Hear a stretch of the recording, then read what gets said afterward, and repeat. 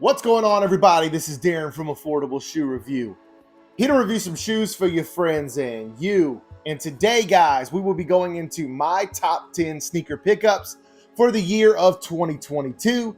Happy New Year. It is going to be a great 2023. I've got a lot of content coming, but I really wanted to show off my top 10 sneaker pickups of the year 2022 before we get into 2023, which I know I'm a day late. I know it's New Year's Day. Happy New Year. But never, or better late than never. So I'm going to get into my top 10 sneaker pickups of 2022. I appreciate you guys very much. Thank you for stopping by. If you are new here, please go like, subscribe, and comment. If you are a returning subscriber, I appreciate you more than you know. But without further ado, without delay, let's get into the top 10 sneaker pickups for me over the course of 2022. Now, a couple criteria here. This is not my top 10 list of 2022. Obviously, there are several sneakers that I did not get that would be on an actual top 10 list. This is the top 10 sneakers that I picked up that released in the year of 2022. So they have to currently be in my possession to make this list, and they had to be released in the year of 2022 to make this list.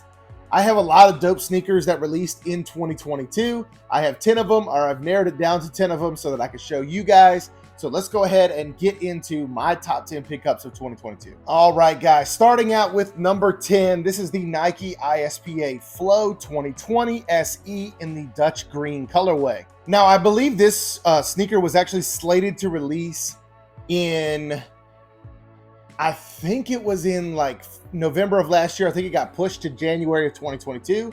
But awesome sneaker, just a weird looking shoe, but I love the aesthetic of this shoe. I reviewed this shoe and it has done me really well on my channel. But a dope sneaker to start our list off here with number 10. This is the Nike Ispa Flow 2020 in the Dutch green colorway. All right, moving to number 9, I have the UNC Air Jordan 1 Low Golf. And this is just a dope sneaker because you could wear this casually very easily. The bottoms do have the rubber protrusions to make them a golf shoe, but they are not large enough that they would hinder you from walking around casually. So if you ever wanted the UNC Air Jordan 1 Low, the Eric Costin UNC Jordan 1 Lows are ridiculously, that's the right word, ridiculously expensive. So you can get this for a fraction of the price. You can get these for around 200 bucks. And man, you will not be disappointed. Whether you want to rock these casually or for golf, the Air Jordan 1 Low UNC golf shoe, just a really dope pickup. I'm a huge UNC fan. So number 9 for me currently is this sneaker right here. Don't worry, guys. We got heat on the way. Number 8, though, really quick, is going to be my Dunk High Vintage in the Pecan and Sail colorway. This is just an awesome shoe, one that is super underrated, and you could probably go into stores and find it currently sitting. I believe you can still find it sitting on the Nike Sneakers app. So if you wanted a dope fall or winter colorway for a Dunk High with excellent materials, the leather and the canvas used on this shoe are both great. But number 8 for me is going to be this one right here, the Nike Dunk High Vintage in the Pecan and Sail colorway. Just an awesome, awesome shoe. I've worn these quite a bit. You can see the dirty bottoms here. I just love the way this shoe looks, and I love that vintage or cream outsole and midsole.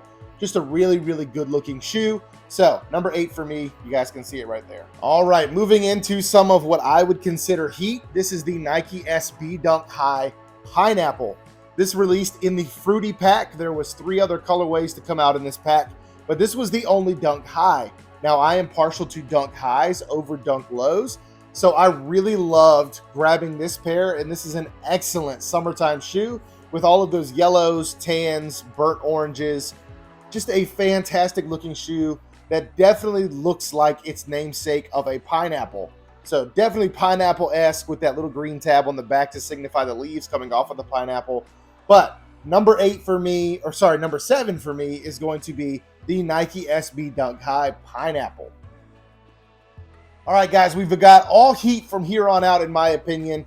Number 6 is going to be definitely my most worn. This is probably my most worn sneaker of the year, honestly, if I'm not lying.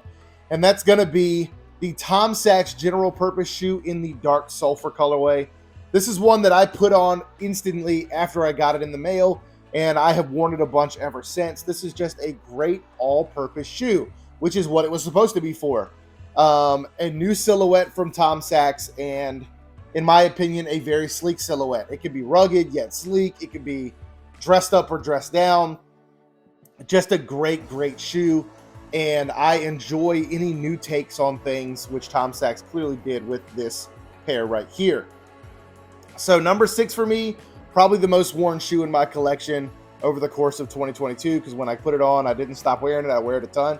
This is the Tom Sachs general purpose shoe in the dark sulfur colorway. Moving down to number 5, we have the Joe Fresh Goods 993 collaboration with New Balance on the Performance Art Pack. This particularly is the Arctic Blue colorway, and this is a gorgeous colorway for the 993. This also came out in a pack with a pink colorway and a green colorway. My favorite was the blue because it's almost UNC blue, but the use of that blue, the vintage rose color, as well as that dark teal definitely make this shoe pop to me. The 993 is already a dope silhouette, and Joe Freshgoods really did his thing this year on the 993 with those performance art collaborations. So just a really, really dope sneaker to come in at number 5. I love this shoe, and I will be wearing this in the spring sometime. Coming in at number 4, we actually have the Union Jordan 2 in the Rattan or Rattan colorway. And man, I know I've talked about this shoe before in some other videos, but I'm not a huge Jordan 2 fan, but what Union did with this Jordan 2, I think just looks super dope. It is a great, clean, and neutral colorway from Union. This all over tan, cream, and beige makeup with those subtle pops of bright yellow. So you'll see on the eye stays right here, as well as on the Union LA tag. Just makes for a really, really dope Union Jordan 2 collaboration. I have the other pair as well, the Gray Fog colorway, but I definitely like this Rattan colorway or Rattan colorway a little better. I do like the exposed foam right here on the tongue. There is leather inside of the ankle collar. They just used a lot of dope materials on this shoe and made it their own. Really, Union made it their own, and I cannot fault them in the slightest. I think this is just an extremely dope collaboration between Union and Jordan. So that's why this comes all the way in at number 4, the Union and Jordan collaboration on the Jordan 2. All right, moving on to number 3, a sneaker that you guys have not seen in my collection yet, and I do plan on doing a review of these in the next few days. Let me know down below if you guys would like to see a review of these. But this is the Air Jordan 13 Soulfly collaboration, and I believe these are called the I Would Rather Be Fishing. Now, as an avid fisherman myself, this definitely spoke to me with the name of I'd Rather Be Fishing, but this is a gorgeous Air Jordan 13. This is one of the better 13s that I have seen come out in the past 4 years that I've been into sneakers. Yeah, this is just a beautiful, beautiful pair of shoes. The all-over baby blue upper with the ripstop cream color, the baby blue midsole with the ripstop and gum outsole, as well as the cool materials that are used around the ankle collar. I don't know if you guys can see that, the kind of shiny mesh canvas material that's used around the ankle collar.